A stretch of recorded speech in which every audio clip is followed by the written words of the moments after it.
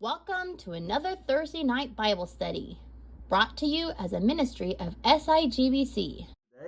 Today we're going to be talking about Teach Us to Number Our Days. This is part 2 of our study in Psalm chapter 90, verses 11 through 17, of course.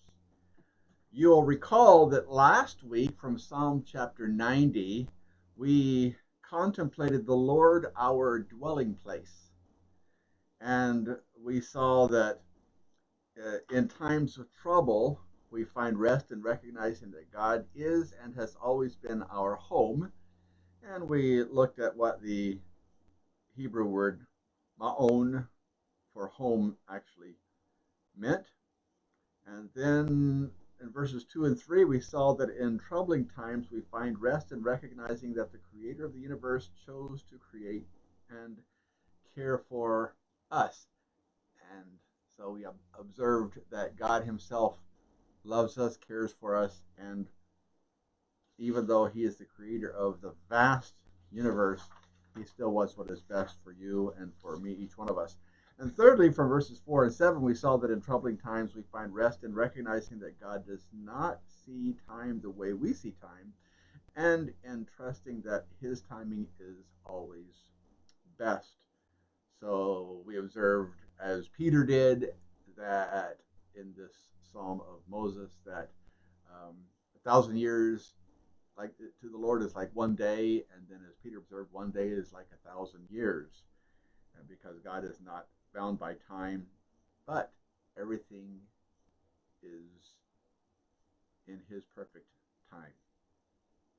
And then the fourth thing we saw last week was in troubling times we find rest in recognizing that life is short and quickly passes by, whether we do good or evil, so we might as well do good. And last week we talked a little bit about the fact that everybody has 24 hours in a day, and whether we goof off or we are very productive, those 24 hours are going to pass.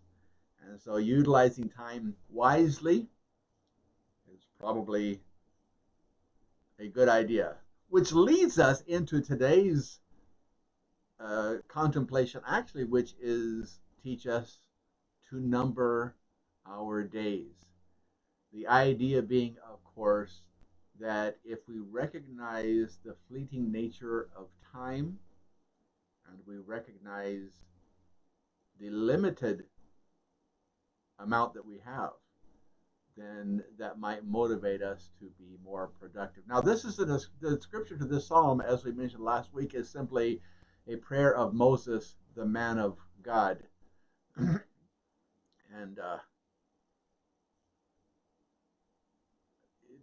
Moses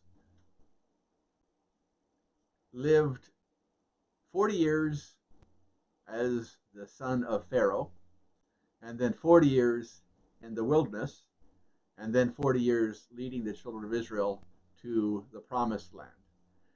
And so his life was divided into a life of luxury and a life of humility and then a life of finally prepared for a life of leadership. And so it makes sense that Moses would contemplate the issue of redeeming the time, because he recognized that in God's timing, everything is established. In Lamentations chapter 4, verse 17 through 18, Jeremiah observes, "Moreover, our eyes failed, looking in vain for help. From our towers we watched for a nation that could not save us. People stalked us at every step, so we could not walk in our streets. Our end was near, our days were numbered, for our end had come."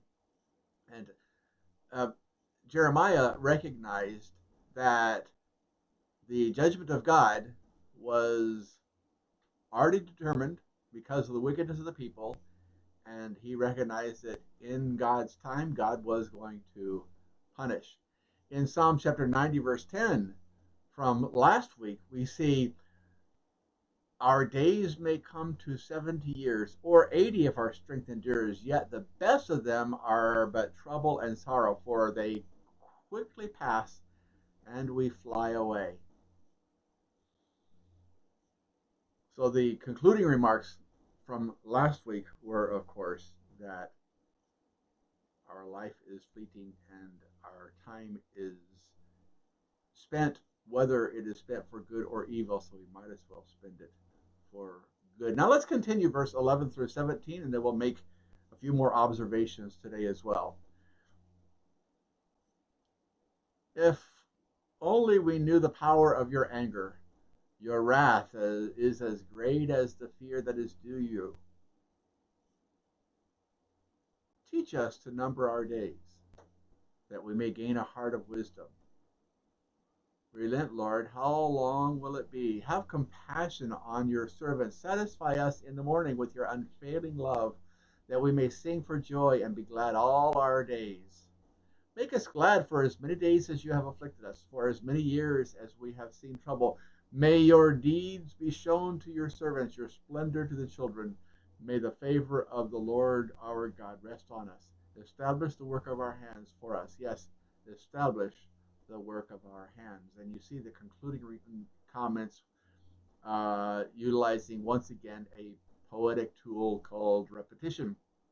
And in Hebrew, they had a number of Jewish and Hebrew poetic tools that either compared or contrasted, and also pointed to the importance of.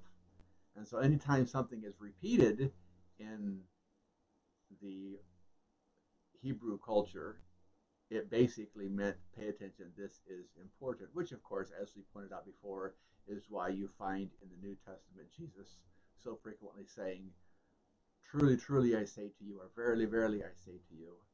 The repetition of the truly twice, meaning listen up, this is important. And so today we continue with teach us to number our days. Now,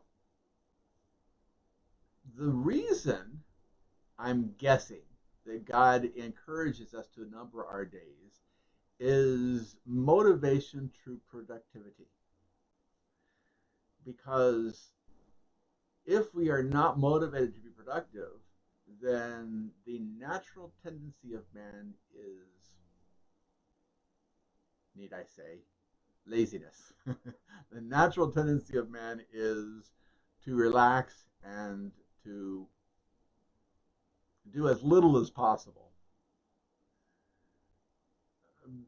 What is truly rewarding in life is when we are involved in meaningful productivity. That is, accomplishing something meaningful, meaning serving God with our lives or serving others because of our love for God and the knowledge that He desires that we serve Him by serving others.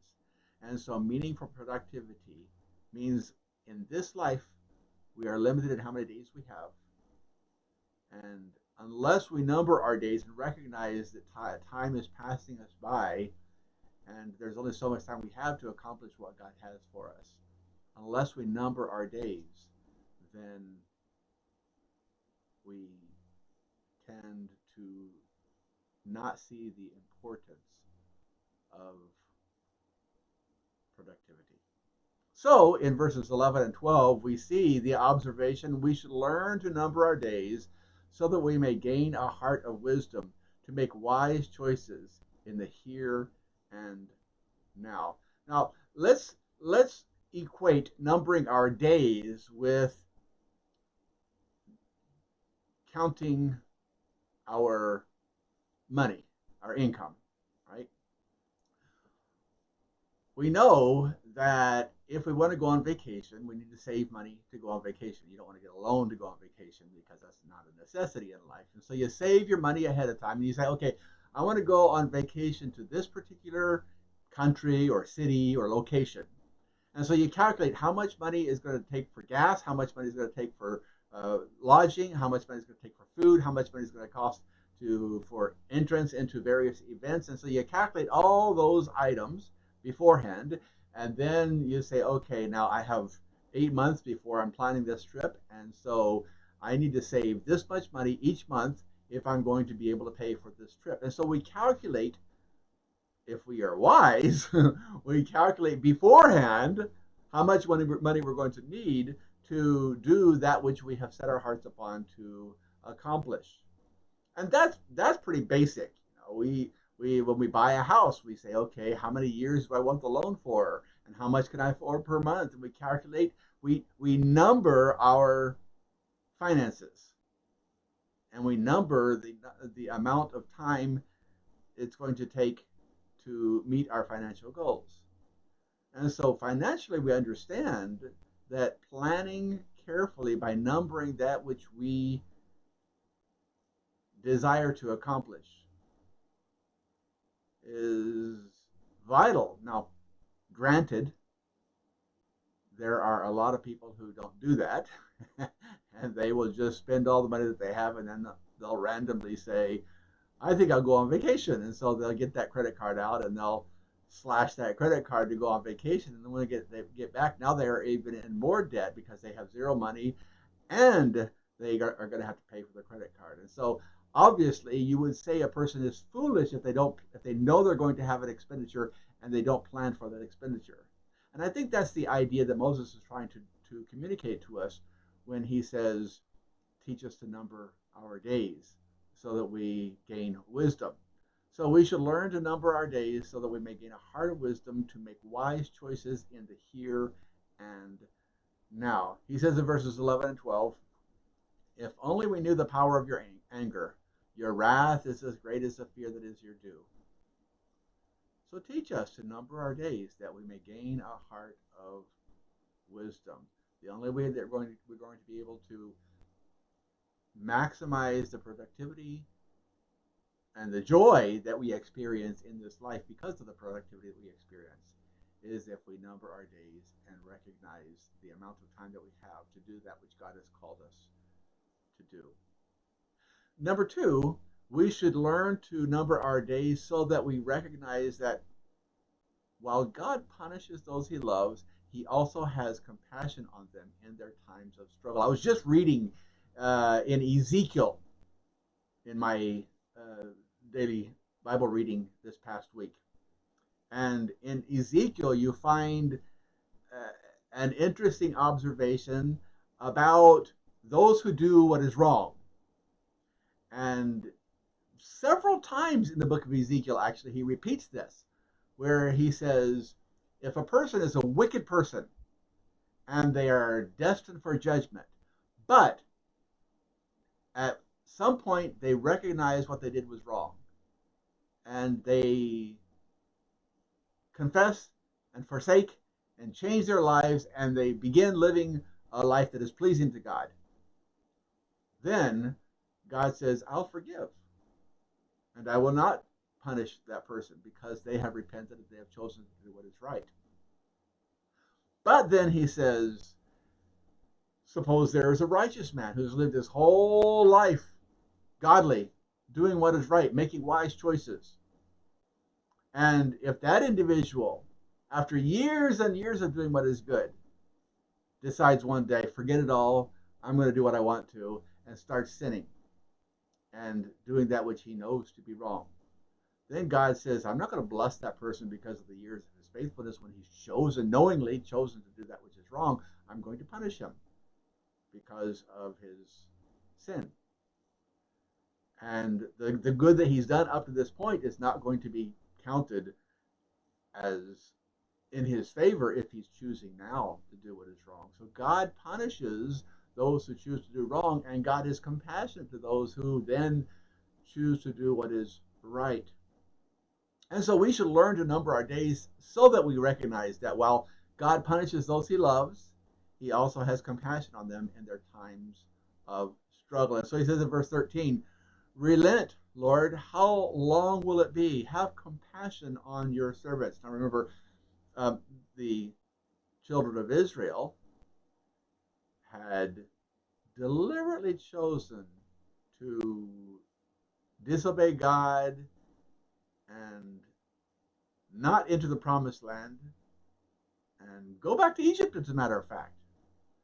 And so God says, all right, if that's what you want, none of you are going to go into the promised land. Only your children that you said would be killed when you tried to go to the promised land. They are going to go to the promised land, but you are all going to die. March out into the wilderness. And so in this time, I'm imagining, of God's judgment on the Israelites for their lack of faith and unwillingness to obey. They are 40 years now in the wilderness. And the prayer is, relent, Lord. How long will it be? Have compassion on your servants. David experienced an example of God's judgment and compassion when he pridefully numbered the fighting men of Israel, and he faced the consequences of his actions. Remember, David, it seems, now there's a little bit of assumption here, but it seems that David, later in his life, after he had ruled as king and had all these victories, became a little bit prideful and started attributing his victories to his own prowess as a commander and to the number of fighting men, the skill of his fighting men. And so he decided that he was going to number and see how many skillful fighting men that he had.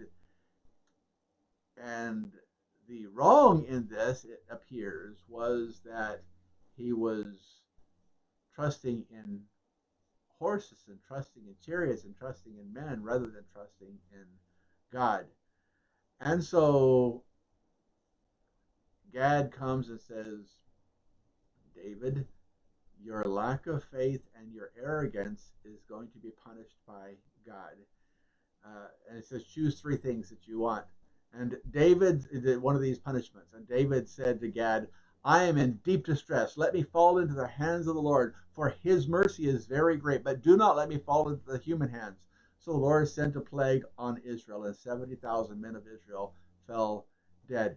And God sent an angel to destroy Jerusalem. But as the angel was doing so, the Lord saw it and relented concerning the disaster, and said to the angel who was destroying the people, enough, withdraw your hand. So even in God's time of punishing the Israelites for the wrong that they had done, he was a God of compassion.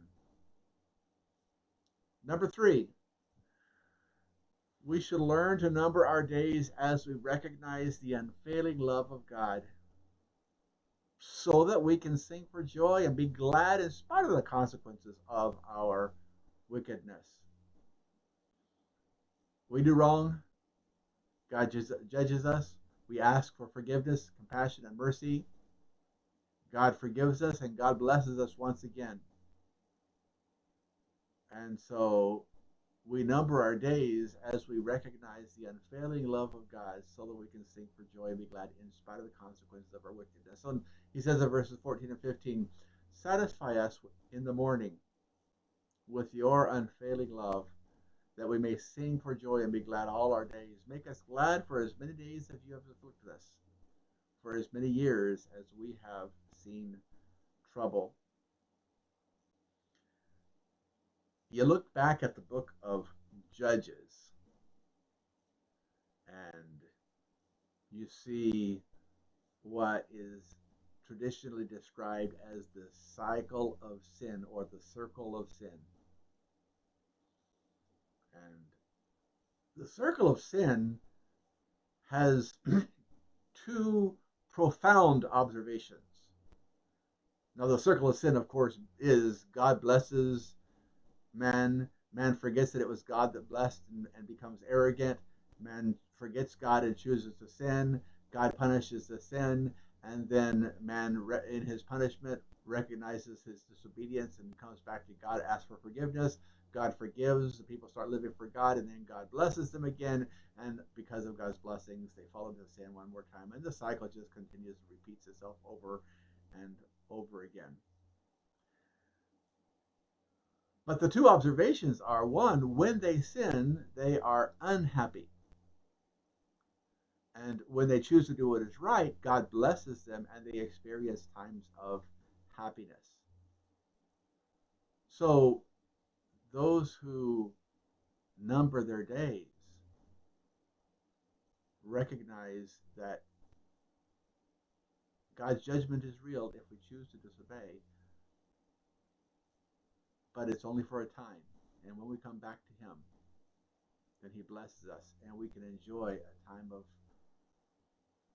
blessing and prosperity because of the goodness of God. And so we should number our days as we recognize the unfailing love of God, so that we can sing for joy and be glad in spite of the consequences of our wickedness. In verse 15 he says, make us glad for as many days as you have afflicted us, for as many years as we have seen trouble. And the final observation, number 4, verses 16 and 17, we should learn to number our days so that we are motivated to leave a legacy established by God and upon which the favor of the Lord rests. One of the reasons it is important for us to choose to do what is right is because there are little eyes that are watching us. If we're parents, there are little eyes that are watching us. If we're friends, and there are younger friends who are watching us. If we're in a mentoring relationship, then there are younger workers who are watching us and learning. And they will learn. And the choices that we make today leave a legacy for our descendants and those who are coming after us. And so we should learn to number our days so that we are motivated to leave a legacy established by God and upon which the favor of the Lord will rest. He says in verses 16 and 17, may your deeds be shown to your servants, your splendor to their children. May the favor of the Lord our God rest on us. Establish the work of our hands for us. Yes, establish the work of our hands. In other words, Moses was recognizing that it isn't the great skill and accomplishment, knowledge and wisdom that I have that makes what I do succeed. It's when God blesses and God establishes the work of my hands that I am truly successful in the long run. Solomon made an observation from what he had learned through his whole life. And Solomon had the opportunity, because he was a gifted leader, gifted by God, gifted leader, and he was given wisdom and skill and knowledge. And because he had peace and prosperity, he had the opportunity of doing whatever it is that he wanted to do. And he made some good choices, and he made some very bad choices. And in the end, after observing the futility of life and the meaningless, vanity of vanities, meaningless, all is meaningless, he says.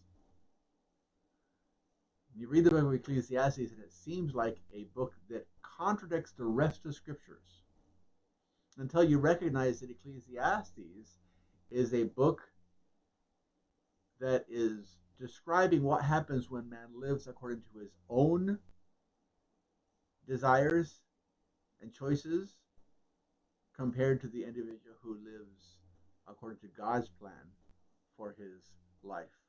And so in the end, Solomon made this observation: remember your Creator in the days of your youth, before the days of trouble come and the years approach when you will say, I find no pleasure in them. Before the sun and the light and the moon and the stars grow dark and the clouds return after the rain. And as I mentioned a couple weeks ago, he's uses some very poetic language to describe the aging process and what happens to the body. And then he says, in the end of, that was the beginning of chapter 12, and then at the end of chapter 12, he says, now all has been heard. So I've gone through this entire list of how life is meaningless, except for a few short things a few meaningful things, the rest of life is meaningless. And here's one of the things that make life meaningful. Now, he had observed previously that enjoying your relationship, eating and drinking and enjoying the blessings that God has provided, and working, meaningful productivity. He said these three things were the only things that really give you joy in life. Enjoying the food and the fruit of your labor, enjoying relationships with the people that you love, and enjoying the meaningful productivity that you're able to be engaged in, the work of your hands. But now he is at the conclusion. He says there's only one thing that provides real meaning in this. Now all has been heard. Here's the conclusion of the matter. Fear God and keep his commandments, for this is the duty of mankind. For God will bring every deed into judgment, including every hidden thing, whether it is good or evil.